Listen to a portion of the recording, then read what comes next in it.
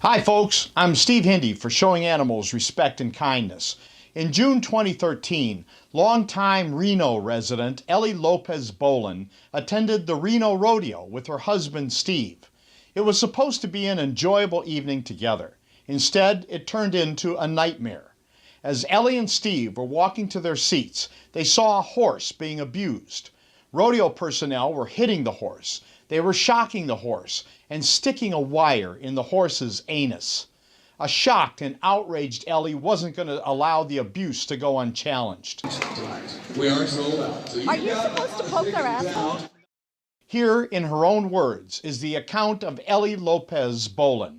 I was really looking forward to spending an evening at the Reno Rodeo with many friends when my husband and I started walking towards our box seats and we saw a horse being tortured. This horse was in a horse-sized stall. He couldn't move very much, and there were 2 or 3 men surrounding him. One on each side had a taser that he would take in and out of his pocket. They would taser the horse, they would pinch him hard, they would slap him heavily, and then they also had a long, what looked like thick wire hanger, and they were poking his anus. We were very appalled. I took a small video, I dropped the camera, I was shaking, I couldn't believe this was happening. I yelled at the men to stop. Are you supposed to poke their asshole? They clearly looked up and looked scared, but they didn't stop. They continued to torment this animal. There were 2 or 3 other horses in a corral nearby that seemed very terrified because obviously they endure this before they do the bronco riding. It seems to me that if it's a gentleman's sport, I'm a Texan, you don't need to torment your animal to produce this result. It was clearly in a stall right before they put their bronco belt on, which also I find can be somewhat abusive. But it was clearly agitating the animal and hurting him before he went out. Mr. Cotton was standing nearby in his beautiful horse, waving to the crowd, and he didn't seem concerned with what was going on behind him at all. In the end, we ended up leaving early because I was so appalled with what was going on right here in my backyard. After the rodeo, Ellie contacted Shark. Okay, maybe it takes talent to rope the steer. I can see that. The clown was really funny.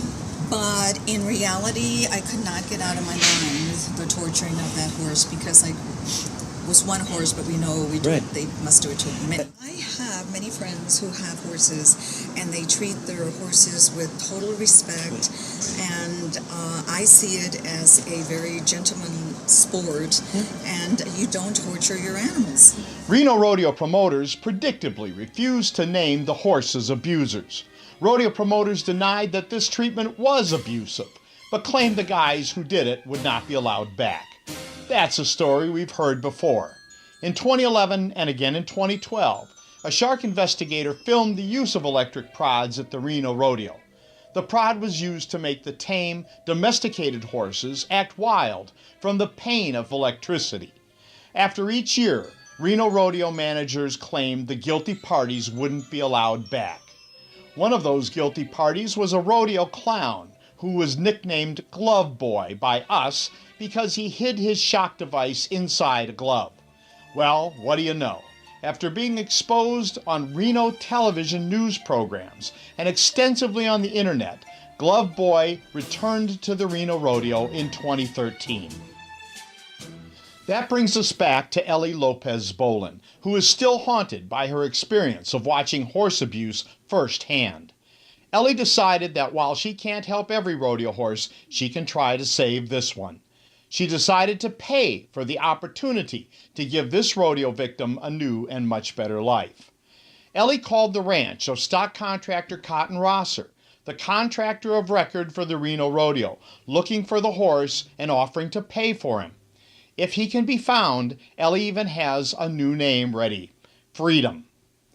The woman at the Rosser household knew exactly what horse Ellie was talking about, but claimed he was owned by another stock contractor. Ellie called that stock contractor and got the same runaround. Ellie called the Professional Rodeo Cowboys Association, or the PRCA, where she got more runaround. People sometimes ask us at Shark why we have pursued the rodeo industry for so long. This is why. The rodeo mafia makes a business out of abusing animals to make them appear wild. When someone tries to do right by the animals, the rodeo mafia fights them every step of the way. This isn't what good people do. Only bad people behave this way. Cruel people, corrupt people. Here is footage from the 2013 Ute Rodeo in Nephi, Utah, put on by Cotton Rosser's Flying U Rodeo, just weeks after the abuse of the Reno Rodeo, where horse abuse was exposed.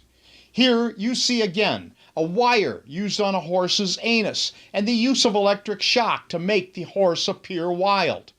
What happened in Reno, Nevada, and again in Nephi, Utah, is an example of the kinds of torture rodeo animals endure nationwide, while rodeo thugs claim they love them. Ellie Lopez Bolin says she's going to continue to search for freedom. We at Shark wish her well in her effort and will do what we can to aid her. If you care about animals, please remember the story about freedom and about the abuse, injuries, and deaths rodeos inflict on the voiceless. Please boycott cruel corporate rodeo sponsors such as Macy's, Coca-Cola, Dodge, and Les Schwab Tires, and let them know why you are boycotting them. This is Steve Hindy for Showing Animals Respect and Kindness.